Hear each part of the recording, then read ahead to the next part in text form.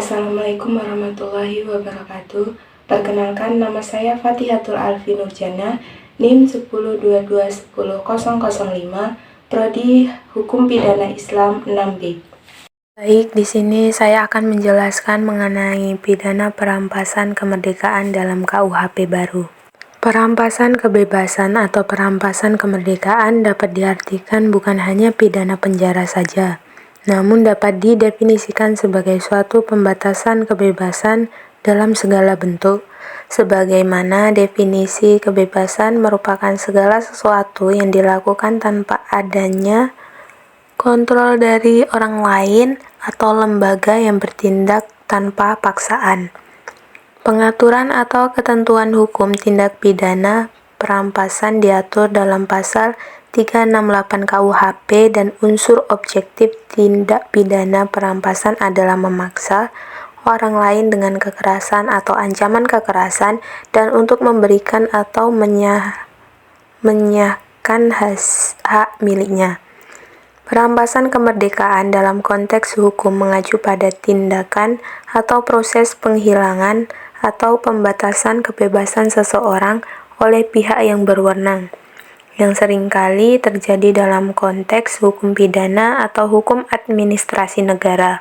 Perampasan kemerdekaan adalah tindakan menghilangkan atau membatasi kebebasan individu untuk bergerak, bertindak, atau membuat keputusan sendiri. Ini bisa terjadi dalam berbagai konteks termasuk penahanan oleh otoritas kepolisian atau penjara atas dasar tindak pidana yang diduga dilakukan oleh seseorang. Perampasan kemerdekaan biasanya dilakukan berdasarkan prosedur hukum yang telah ditetapkan, termasuk penangkapan, penyelidikan, pengadilan, dan pelaksanaan hukuman. Penahanan seseorang biasanya memerlukan dasar hukum yang kuat, seperti surat perintah penangkapan dari pengadilan atau otoritas yang berwenang. Perampasan kemerdekaan adalah konsep yang penting dalam sistem hukum karena melibatkan keseimbangan antara kepentingan penegakan hukum dan perlindungan hak-hak individu. Perlakuan yang adil dan proporsional sangat diperlukan untuk menjaga keadilan dan penerapan hukum pidana di seluruh dunia. Namun dalam hal ini, perampasan kemerdekaan yang dimaksud adalah bagi para tahanan tersangka pidana kejahatan. Peraturan Pemerintah RI Nomor 32 Tahun 1999 menyebutkan narapidana atau tahanan berhak menjalankan ibadah agama, mendapatkan layanan fisik atau mental atau olahraga dan hiburan, penerima pendidikan, perawatan kesehatan dan makanan yang layak, mengajukan keluhan, mendapatkan bahan bacaan dan mengikuti berita, menerima upah atas pekerjaan yang mereka lakukan, menerima kunjungan keluarga atau orang tua, pengacara atau masyarakat, serta mendapatkan remisi kesepakatan berasimilasi termasuk cuti mengunjungi keluarga, cuti bersyarat, cuti menjelang bebas, pembebasan bersyarat, dan hak-hak lainnya. B. Pengertian pidana penjara dalam pidana perampasan hak kemerdekaan. Bentuk hukuman pidana penjara dan kurungan merupakan pemidanaan dengan menahan kebebasan seseorang karena telah melakukan suatu tindak pidana sebagaimana dijelaskan dalam pasal 22 KUHP.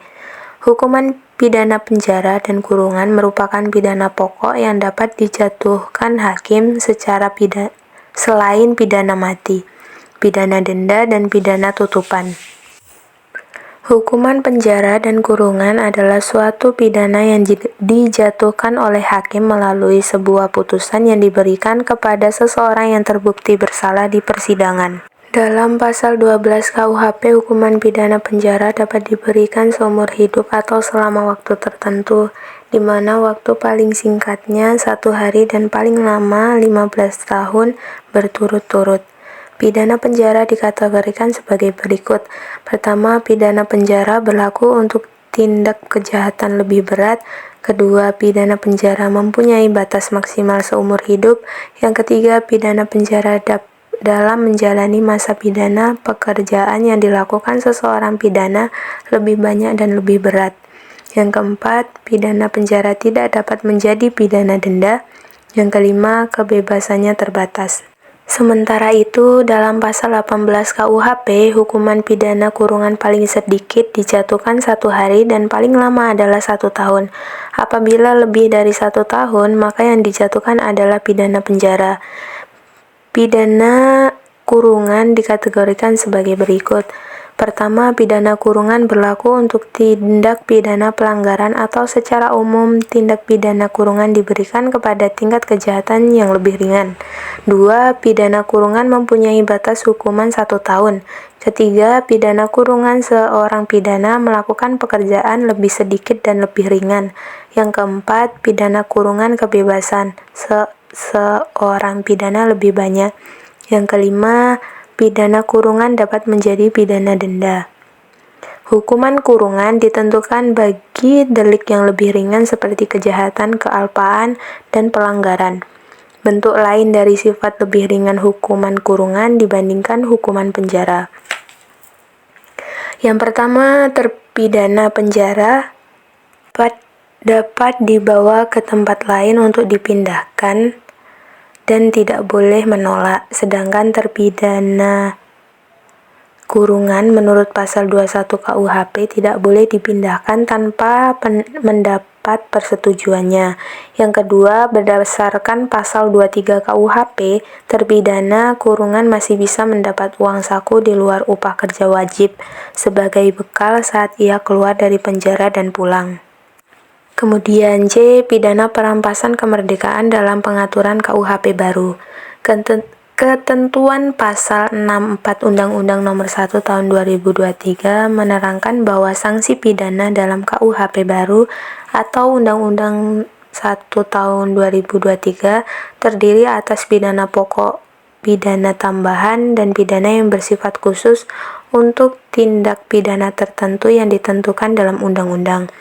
Ketentuan pasal 65 ayat 1 Undang-Undang 01 Tahun 2023 menerangkan bahwa pidana pokok terdiri atas 1 pidana penjara, 2 pidana tutupan, 3 pidana pengawasan, 4 pidana denda, dan kelima pidana kerja sosial.